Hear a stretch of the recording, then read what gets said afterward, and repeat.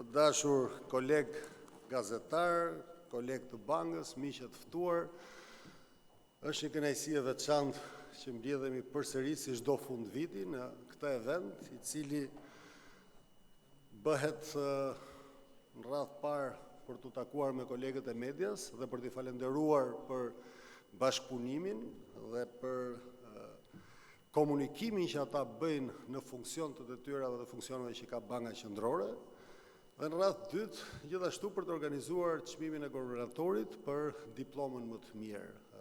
Banka e Shqipërisë e ka si traditë, si shumë banka të tjera qendrore në botë, që organizon një çmim guvernatori për të parë punën kërkimore shkencore të studentëve, kryesisht nga universitetet e huaja, por dhe nga universitetet e vendit, në funksion të temave ekonomike. Pa kaluar te kjo pjesë, fillimisht do doja t'ju falenderoja ju për bashkëpunimin. Ky ka qenë një vit, si çdo vit tjetër, me zhvillime të caktuara ekonomike dhe bashkëpunimi me median, sikurse kam thënë çdo vit, për ne është krucial. Është krucial pasi vetëm nëpërmjet komunikimit që ne bëjmë me mediat dhe sidomos me mediat autovizive dhe serioze, jemi në gjendje të transmetojmë politikën monetare. Politika monetare transmetohet në tregje nëpërmjet komunikimit dhe komunikimi bëhet nëpërmjet jush. Në mënyrë graduale vit pas viti, ne vëmë re që niveli profesional i gazetarëve ekonomik për te integritetit që në mënyrë absolute unë vërej që është në nivelin më të lartë te gazetarët ekonomik, që janë bashkëpunëtorët tanë, se ne me ata bashkëpunojmë, por dhe niveli profesionalizmit ka ardhur duke u rritur, pra të gjithë komunikimet tona në raport me zhvillimet që ne bëjmë si Bankë Qendrore, në radhë parë për politikën monetare, por dhe për zhvillimet e tjera që kanë lidhje me tregun financiar, me sistemet e pagesave dhe me çdo punë tjetër që bën Banka Qendrore, komunikohet, diskutohet dhe transmetohet jo vetëm me transparencë, po dhe me profesionalizëm, dhe unë i falenderoj dhe kërkoj që ta vazhdojmë këtë bashkëpunim për të mirën e vendit, për të mirën e qytetarëve shqiptar dhe për të mirën e ekonomisë, jo vetëm për të mirën e Bankës së Shqipërisë ose tuajin. Dy fjalë do të thoja për vitin që kaloi, më takon ta them, ky ka qenë një vit i suksesshëm pa diskutim, pasi në radhë të parë Banka Qendrore ka detyrë funksion me ligj, objektiv, stabilitetin e çmimeve, pra inflacionin. Pas goditjeve që ka marrë jo vetëm ekonomia shqiptare, por dhe ajo rajonale dhe botërore nga luftrat, nga kriza post-pandemike, nga lufta në Ukrainë, inflacioni pati atë nivel që pati, si rezultat i politikës monetare shtrënguese që ne ndoqëm me njëherë, si rezultat i mbiçmimit të kursit këmbimit, por dhe si rezultat i rënies së inflacionit në partnerët tanë tregtar, ne kemi arritur një nivel inflacioni poshtë 3%, që është objektivi i Bankës së Shqipërisë, pra ne jemi në nivelin mesatar 2%. Që kjo është një arritje dhe ne do ta konsideronim që luftën me inflacionin e kemi të fituar si Bankë Qendrore. Më falni. Paralelisht, banka ka pasur dhe disa objektiva primar. Stabiliteti financiar gjithashtu është një nga funksionet dhe rolet kryesore të Bankës së Shqipërisë. Stabiliteti financiar do thotë shëndeti i bankave, i sistemit financiar, por kjo e thënë më thjesht në gjuhën popullore, do thotë shëndeti i ruajtjes së depozitave të qytetarëve shqiptar. Pra nëse ne flasim për stabilitet financiar, flasim për sigurinë e depozitave, e kursimeve të qytetarëve dhe të bizneseve, por në radhë parë qytetarëve shqiptarë.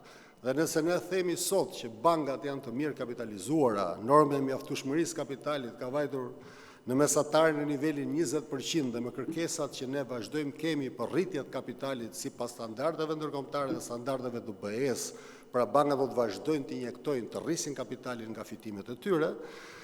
Kjo tregon që kemi një tregues shumë të shëndetshëm dhe shumë të mirë, paralelisht me një nivel të mirë likuiditeti dhe me një rritje kreditimi të mirë, dyshifrore, rritja e kreditimit në ekonomi dhe për bizneset dhe për qytetarët në mesatare vjetore ka qenë afër 17%. Po ta krahasojmë me një rritje kreditimi para disa vite që ka qenë, ne e quanim anemike, ishte përsëri pozitive, po ishte nivele 3%, 4%. Me reformat që u bën, me zhvillimet, kjo rritje e kreditimit që ndikon drejt për drejt rritjen ekonomike, është një element shumë pozitiv. Sigurisht që ne si Bankë Qendrore me masat tona makro dhe mikro prudenciale që i quajmë, pra me masat tona regulative, përpiqemi që patjetër bankat të kreditojnë, sigurisht me fondet që janë kursimet e popullatës, por të kreditojnë në mënyrë të shëndetshme që mos të cënohet siguria e bankave dhe siguria e kursimeve. Pra të zhvillohet ekonomia nga njëra anë, por nga ana tjetër të mbetet siguria e pacënuar.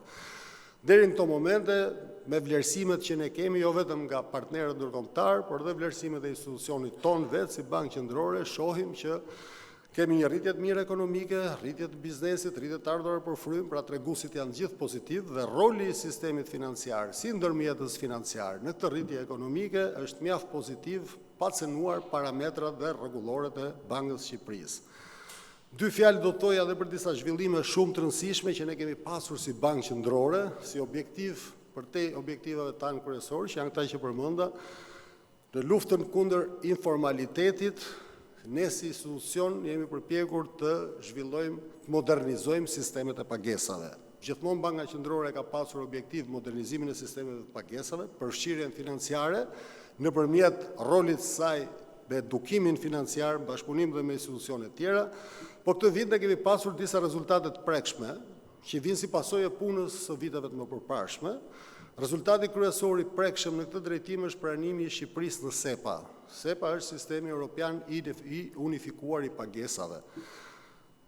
Ne jemi pranuar formalisht pasi kemi bërë gjithë ndryshimet ligjore regulative në bashkëpunim dhe me institucione tjera, por Banka Qendrore ka pasur rolin udhëheqës në këtë drejtim dhe ky pranim formal i Shqipërisë, zyrtar i Shqipërisë, është i ngjashëm me liberalizimin e vizave në një farë kuptimi në formën e liberalizimit financiar. Pra liberalizimi financiar do të bëjë që pagesat ndërkufitare gjatë vitit 2025 që do të kryejnë qytetarët dhe bizneset shqiptare të jenë me kosto minimale dhe me kohë reale. Pra brenda ditës do të kryhet transferta, nuk do të jenë më ditë pritje, ndërkohë që dhe kostot do të jenë minimale.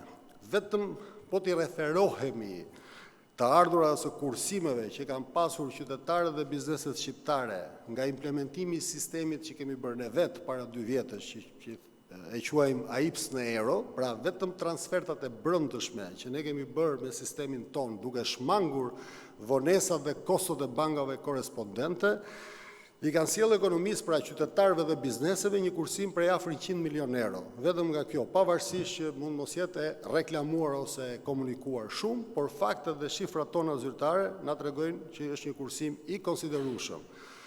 Ndërkohë që me përfshirjen në SEPA, transfertat ndërkombëtare, pasi sistemi AIPS Zero ka kursyer nga transfertat e brendshme që bëhen brenda Republikës Shqipërisë, por në valutë të huaj, ndërkohë që ky sistem do të japi një efekt pranimin SEPA dhe implementimi, pasi ne morëm formalisht, implementimi do të kërkoj kohën e tij, çdo bankë dhe institucion financiar do të aplikojë individualisht dhe ne për këtë po punojmë dhe besoj në një hark 6 mujor kjo do të jetë përfunduar, po them me afatin maksimal, do të jenë disa miliona euro kursime, Shqipëria ka bërë një hap shumë pozitiv përpara.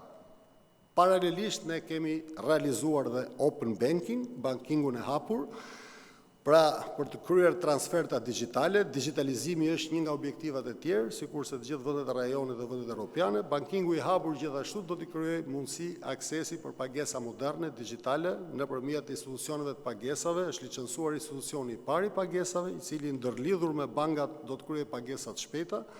Është realizuar hapja e llogarive në distancë, pra pa qenë prezent në 2 banka aktualisht kryhet dhe janë 2-3 banka tjera që po e performojnë, besoj në janar të vitit që vjen kjo do të jetë realizuar.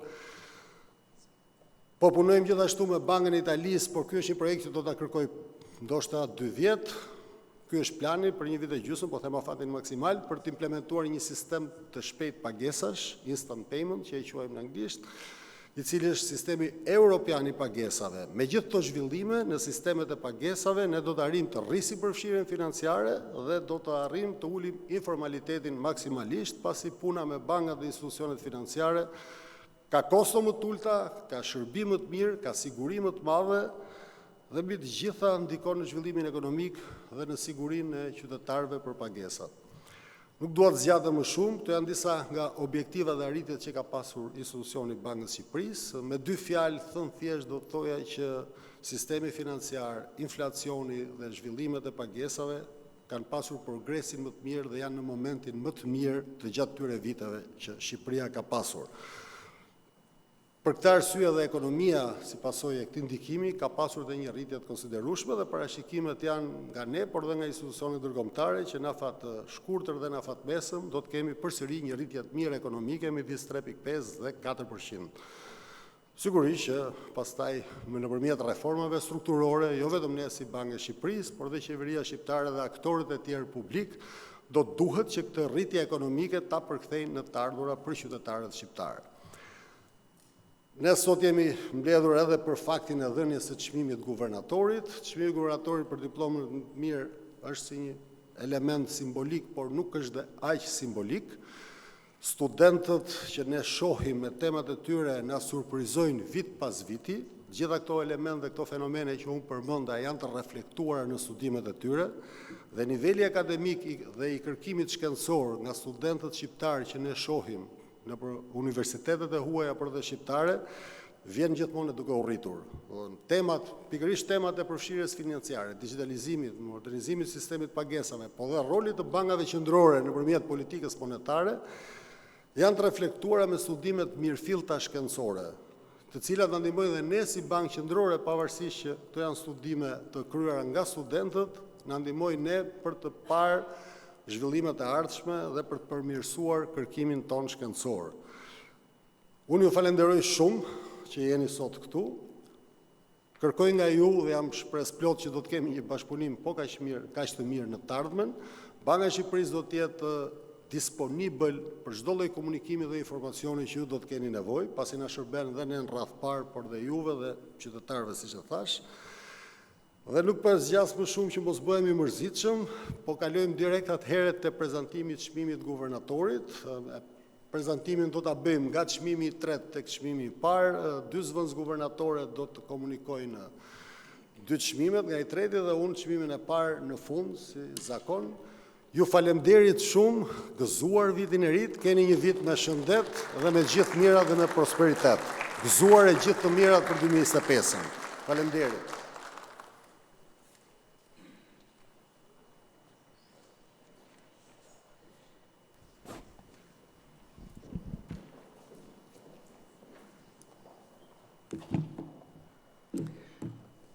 Përshëndetje të gjithëve. Sikur se tha zoti guvernator, ne jemi mbledhur sot për të shpallur fituesit e çmimit të guvernatorit midis të sapo diplomuarve nga gjithë universitetet e Shqipërisë, edhe përtej Shqipërisë. Përveç kurorëzimit të fituesve apo motivimit që ky çmim u jep studentëve, të cilët do të marrin një nga tërë çmimet e sotme, në fakt, i gjithë procesi ne në Bankën e Shqipërisë, apo dhe ndoshta dhe më gjerë, na shërben për një gjë shumë të rëndësishme. Na shërben si një letër lakmusi për të testuar të rinjt e posa diplomuar në mënyrë që të kuptojmë si këta të rinj e kanë qasje ndaj jetës, në çfarë mënyre po e kërkojnë vendin që u takon në botën që i pret. Dhe me kënaqësi shumë të madhe, po dhe me krenari, vëmë re se të rinjt tanë nuk po përgatiten të trokasin në dyert e jetës në një derë të vogël provinciale, po përpiqen të konkurrojnë si një qytetar i barabartë i botës. Të rinjt tanë kanë kuptuar fare mirë se sot ne po përjetojmë atë që quhet revolucioni 4 ose ekonomia e dijes dhe po bëhen gati pikërisht për të marrë pjesën që u takon në ekonominë e dijes. Ekonomia e dijes në fakt ka sjell një zhvillim të mrekullueshëm në ndarjen shoqërore të punës, sepse nuk kemi më aksin ndërkombëtar të punës midis vendeve të zhvilluara kapital intensive dhe vendeve të pazhvilluara punë intensive. Por sot, pavarësisht nëse jep qytetari një vendi të zhvilluar apo një vendi në zhvillim sikurse është Shqipëria, ti mund të kesh pa diskutim pjesën tënde që të takon në zinxhirin e ekonomisë së dijes, sepse ekonomia e dijes ka një veçori të mrekullueshme. Ajo ka mundësi të globalizohet shumë më lehtë dhe shumë më shpejt se çdo lloj tjetër ekonomie, se çdo lloj tjetër industrie. ekonominë e dijes e gjejmë sot të zhvilluar në vendet e prapambetura, në vendet e zhvilluara dhe në vendet shumë të zhvilluara. E kemi në Kinë, në Brazil, në Indi, e kemi edhe në Shqipëri. Diferenca është vetëm se e gjejmë në çdo vend, por ndoshta jo në sasinë dhe në thellësinë e dur.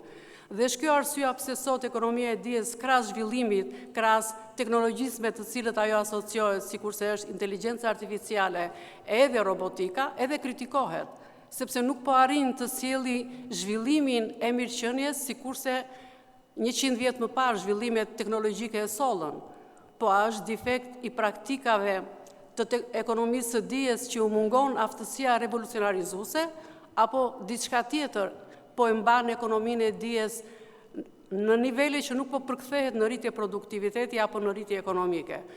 Dhe ajo që po e mban të mbërthyer për të mos shpalosur potencialin e saj, ekonominë e dijes, është pikërisht fakti se ajo po zotërohet ende nga një pjesë e elitës dhe nuk po del nga zotërimi i kësaj pjese të elitës. Si mund ta shpërthejmë ne këtë mur duke u bërë pjesë e saj? Si mund të bëhen të rinj tanë pjesë e ekonomisë së dijes në rang botror, duke u përgatitur për ta përthithur dijen dhe për ta përkthyer në një instrument në të mirë të ekonomisë. Unë e bëra gjithë të hyrje për ta vendosur në kontekstin e dur fituesin e çmimit të tretë të guvernatorit, i cili në mënyrë brillante për mendimin tim, edhe pse është një student që sapo është diplomuar bachelor në Universitetin Aleksandër Mojsiu, në një degë që nuk është ekonomike, po është shkencave teknologjike, ka zgjedhur që tani të provoj të testoj njohuritë që ka në shkencën teknologjike, duke aplikuar në një sferë të modelimit ekonomik. Dhe eksaktësisht, studentja, më fali ta lexoj emrin, studentja Eneda Gjoka, në drejtimin me merit shumë të madhe, në opinionin tim dhe të kolegëve të mi, të pedagoges Rinela Kapçiu, ka zgjedhur që diplomimin në nivelin bachelor ta bëjmë me temën përdorimi i machine learning për parashikimin e inflacionit në tendencat ekonomike. Studentja jo vetëm ka treguar që e njeh teknikën e machine learning, por dhe ka aplikuar një ndër metodat, një teknikat më të avancuara të saj, ajo që në gjuhën teknike njihet si long short term memory, dhe është përpjekur që ta trajnoj makinën me të dhënat e serisë së inflacionit që i ka marrë nga një burim i besuar, dhe kush mund të jetë më i besuar si burim të dhënar se sa të dhënat që burojnë nga Banka e Shqipërisë, pra ka marrë serinë e inflacionit në një periudhë shumë të gjatë kohore, e ka trajnuar makinën dhe e ka testuar modelimi që ajo ka prodhuar. Natyrisht nuk jam në gjendje që të hyj në detajet e krijimit të asaj rrjetës së neuroneve përmes të cilave studentja e ka realizuar këtë proces, por jam në gjendje të shoh që përfundimi i modelimit na ka dhënë një parafrim jashtëzakonisht të mirë të rezultatit të dhënave të përfituara për inflacionin nga machine learning, e trajnuar dhe pastaj e testuar, dhe serisë kohore të serisë normave të inflacionit në vite të prodhuar nga të dhënat aktuale të Bankës së Shqipërisë, dhe edhe vetë studentja e ka bërë edhe, si të thuash, kritikën e vete, sepse në fund ka pranuar që ka një lloj mospërputhje të lehtë midis të dhënave të parashikuara nga machine learning dhe atyre të gjeneruara nga seritë e Bankës së Shqipërisë, dhe kjo i ka dhënë asaj informacioni që disa përmirësime ndoshta duhet t'ia bësh, si thuash, inputit, dhe pastaj outputi të jetë plotësisht, është i mundur të jetë plotësisht i përputhur me të dhënat aktuale.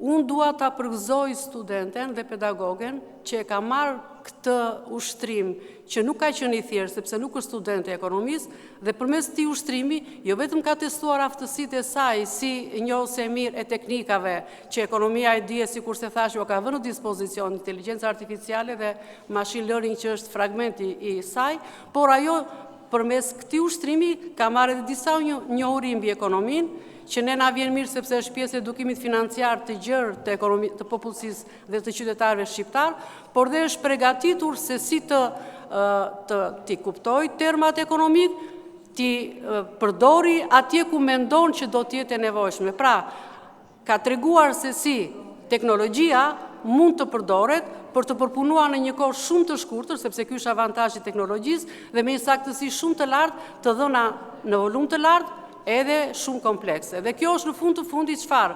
Të përpiqemi që ekonominë e dijes ta vëmë në dispozicion të asaj që ne duam ta përdorim në ekonomi, të rritim produktivitetin për qëllimi final, jo rritje ekonomike, por zhvillim ekonomik, për arritje të nivelit të mirëqenies të qytetarëve tanë. Kështu që më lejoni që ta shpall përfundimisht si fituese të çmimit të tretë Eneida Gjokën dhe komplimenta edhe për pedagogën që e ka drejtuar.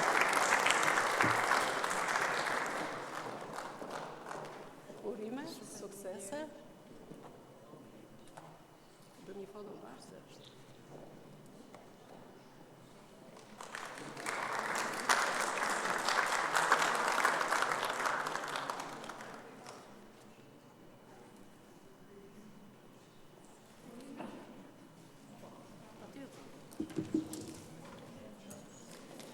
Përshëndetje, unë jam shumë e lumtur dhe krenare të jem një ndër fituesit e çmimit të guvernatorit për diplomën më të mirë. Së pari dua të falenderoj zotin guvernator, zëvendës guvernatoren, Komisionin e Vlerësimit për temën më të mirë dhe gjithë Bankën e Shqipërisë për mundësitë që japin të rinjve.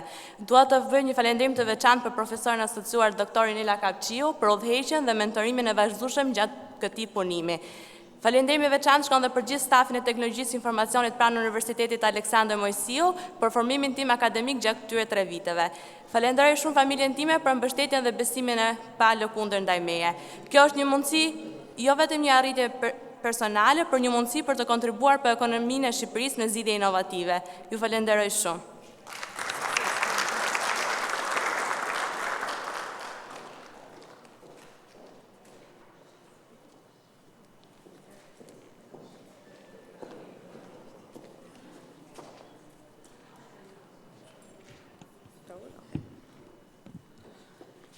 Përshëndetje të gjithëve, unë kam kënaqësinë të bëj prezent shumë shkurt fituesin e dytë të shpallur nga Banka e Shqipërisë, si studenti i çmimit të dytë, që është studenti Endri Deda, është studenti programit master në Universitetin e Parisit, kampusi Dauphine. Tema e tij është The Effects of Deep Trade Agreements in the FDI Inflows. Studimi është paraqitur si temë diplome në programin master dhe ka qëllim që të vlerësoj të gjitha efektet në mënyrë numerike, efektet në formë empirike të marrëveshjeve të thelluara tregtare dhe rolin e tyre mbi zhvillimet ekonomike. Është shumë e rëndësishme vetë koncepti i marrëveshjeve të thelluara tregtare, që është një koncept i ri i cili ka të bëjë me përfshirjen e teknologjisë në marrëveshjet tradicionale të tregtisë. Këto marrëveshje synojnë krijimin e një aksesi në treg të gjitha firmave, pavarësisht nëse kanë apo nuk kanë marrëveshje tregtare me njëra tjetrën, por edhe thellimin e mundësive për një zhvillim ekonomik, integrim ekonomik shumë të gjerë, pra të shtrirë midis sektorëve, jo si më parë që ishte i përcaktuar në një sektor të caktuar. Këto zhvillime janë jo vetëm në tregjet e mallrave dhe të shërbimeve, por ajo që është shumë e rëndësishme janë të prezente në tregjet e faktorëve të prodhimit. Një aspekt kyç i marrëveshjeve të thelluara tregtare janë dispozitat që ato ofrojnë për lehtësimin e investimeve, të cilat synojnë në zgjerimin dhe integrimin e tregjeve të kapitalit, duke eliminuar të gjitha barierat rregullatore, ligjore dhe të gjitha pengesat që vijnë nga flukset ndërkufitare të lëvizjes së kapitalit. Pikërisht ky rol përbën edhe hipotezën bazë të studimit që ka bërë autori. Teorikisht, nga gjetjet empirike të mjaft studimeve të referuara në punim, autori priret të besoj që marrëveshjet e thelluara tregtare rritin nivelin e investimeve të huaja, pra të atyre FDI-ve, por nga analiza e të dhënave tregtare ai vëren se duhet një kohë që praktika tregtare të përshtaten në mënyrë që këto pritshmëri teorike të tij të mund të realizohen. Modeli empirik i përdorur bazohet në një model gravitacional, ku roli i tregtisë është themelori në rritjen ekonomike, dhe ai e ka zgjeruar fokusin e analizave të tij edhe me variabla të tjera specifike, të cilat matin efektshmërinë e marrëveshjeve të thelluara tregtare në raportet ekonomike midis vendeve të ndryshme. Njërisi e këtij studimi është përfshirja në modele dhe investimeve të vendit, pra jo vetëm investimeve të huaja, por dhe rolin akselerator që kanë investimet vendase, të cilat zakonisht kur sa herë që flitet për investimet të huaja, investimet brenda vendit, inflow e kapitalit brenda vendit gjithmonë përjashtohen. Vlerësimi i efekteve është bërë me një model numerik, që ka një akronim PPML, që është Poisson Pseudo Maximum Likelihood, dhe bazohet në metodën e variablave instrumentale për të adresuar çështjet e endogenitetit brenda ndërveprimit të faktorëve. Kjo metodë ka një ndryshim themelor nga metoda e regresionit klasik që ne ekonomistët jemi shumë familjar me të, sepse shkalla e regresionit është e pastër dhe nuk ka faktor nga ato random errors që thuhet. Studimi ka krahasuar shumat e FDI-ve para dhe pas futjes në fuqi të direktivës mbi marrëveshjet e thelluara tregtare dypalçe midis vendeve, duke përfshirë edhe investimet brenda vendase në këtë grup të kontrollit të tij. Rezultatet e analizës fillestare tregojnë se marrëveshjet e thelluara tregtare i rrisin FDI-t rreth 11.4%. Studimi analizon edhe rastin e Shqipërisë, duke u përpjekur të përfshijë në analizën e tij të FDI-ve shqiptare edhe rolin që mund të kenë këto lloj marrëveshjesh në të ardhmen si shtylla të rëndësishme të nxitjes të marrëdhënieve tregtare në Shqipëri. Rezultatet tregojnë një ndikim të dukshëm pozitiv edhe për marrëdhënieve të thelluara tregtare edhe për Shqipërinë, në një periudhë kohe nga viti 2014 deri në 2018, më pak autori vëren se ky efekt zvoglohet dhe ai është përpjekur ta shpjegojë këtë pse ato zvoglohen, duke treguar se vendet që marrin pjesë në këto lloj marrëveshjes duhet paraprakisht të kenë një marrëveshje tregtare formale. Për këtë arsye, ai sugjeron që Shqipëria duhet të fokusohet në nënshkrimin e marrëveshjeve të thelluara tregtare me vendet që tregojnë interes të veçantë për ekonominë shqiptare, sepse është i sigurt që ato do të rrisin aksesin në tregti, por dhe do të ulin kostot. Për të gjitha këto arritje që ka punimi, Banka e Shqipërisë ka vendosur të japi Endrit çmimin e dytë të guvernatorit.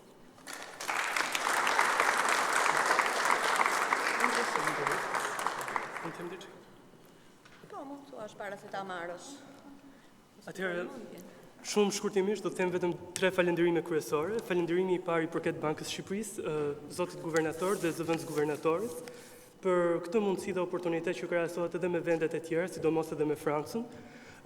Falënderimi i dytë i takon familjes time, në fakt, kemi bërë të pamundurën, sidomos nga ana financiare, për të përballuar të gjitha shpenzimet e studimit në Paris dhe mund të them me plot bindje që ka qenë një rrugtim me sfida dhe vështirësi të shumta, por janë këto momente si çmimi i guvernatorit që i japin kuptim me thënë drejtën të gjithë sforcave që ne kemi bërë për të kryer studimet jashtë shtetit. Dhe falënderimi i tretë i përket supervizorit tim, Gianluca Orefice, i cili më ka drejtuar në këtë tematikë e cila është tepër e vështirë nga ana empirike, por gjithashtu ai është me të vërtetë i impenjuar që ne të kemi një karrierë të pasur edhe pas studimeve tona. Dhe mund të them edhe një element tepër të shkurtër për t'i dhënë akoma më shumë peshë çmimit të guvernatorit. Ky çmim vërteton që ne jemi kërkues të mirë ekonomik dhe nga dhënat që ekzistojnë në faqen zyrtare të Bankës së Shqipërisë, rezulton që as edhe një student shqiptar i diplomuar në Francë nuk e ka marrë këtë çmim më parë. Mund të bëj edhe gabim, por kjo vjen vetëm nga dhënat që janë publike dhe jam tepër i lumtur të shtohem diversitetit të çmimit guvernatorit. Faleminderit.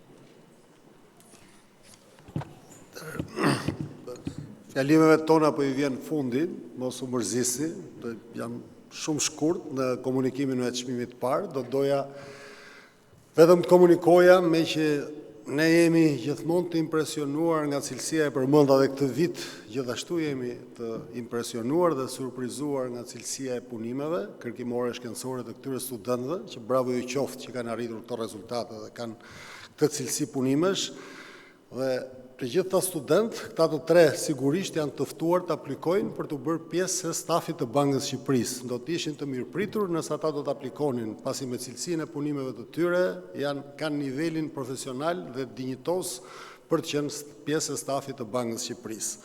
Unë do doja të komunikoja më në fund çmimin e parë guvernatorit për diplomën më të mirë. Ai takon pra fituesi i çmimit të parë është Markelian Blakeri, student në nivelin master në Universitetin e Padovës, Departamenti i Ekonomiksit dhe Administrimit në Macrofano. Me temën e diplomës, hijet afatgjatat politikës monetare, a mund të ndikojnë goditjet e politikës në normën natyrore të papunësisë. Kjo temë shumë shkurt fokusohet në vlerësimin e ndikimit politikës monetare mbi normën natyrore të papunësisë, duke analizuar specifikisht dy lloje goditjesh.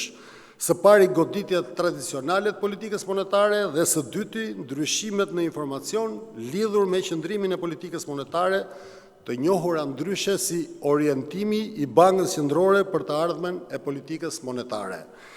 Për të shqyrtuar këto efekte, autori ka përdorur një qasje të kombinuar të modeleve empirike. Në fazën e parë të studimit, autori ka zbatuar një model standard të local projections i pasuruar me metodologji bayesiane dhe së dyti ka aplikuar një specifikim alternativ të modelit empirik bazuar në metodologjinë SWAR, që janë vektorët autoregresiv strukturor. Rezultatet e studimit tregojnë se politika monetare ka një ndikim të rëndësishëm në ekonomi. Edhe roli kryesor i Bankës Qendrore, objektivi kryesor është stabiliteti i çmimeve që kryhet nëpërmjet politikës monetare. Në rastin e goditjeve shtrënguese të politikës monetare, norma e papunësisë pëson një rritje të shpejtë dhe të qëndrueshme, duke reflektuar efektet e një politike më të shtrënguar që ul aktivitetin ekonomik. Në të kundërt, një ndryshim në informacionin e Bankës Qendrore mbi pritshmëritë për të ardhmen çon në një ulje të konsiderueshme të qëndrueshmërisë së normës së papunësisë.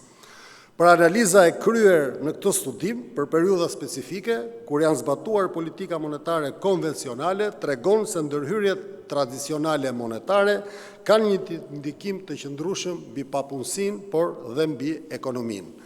Nuk po vazhdoj më gjatë, ky është çmimi i parë i guvernatorit. Ju uroj shumë suksese studentëve shqiptar brenda dhe jashtë vendit në punët e tyre kaq cilësore të kryera dhe edhe një herë garantoj që Banka e Shqipërisë do të jetë gjithmonë e hapur për të pasur këta student në gjirin e saj.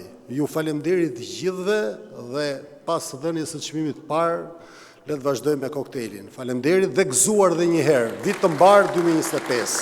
Shëndet dhe mbarësi.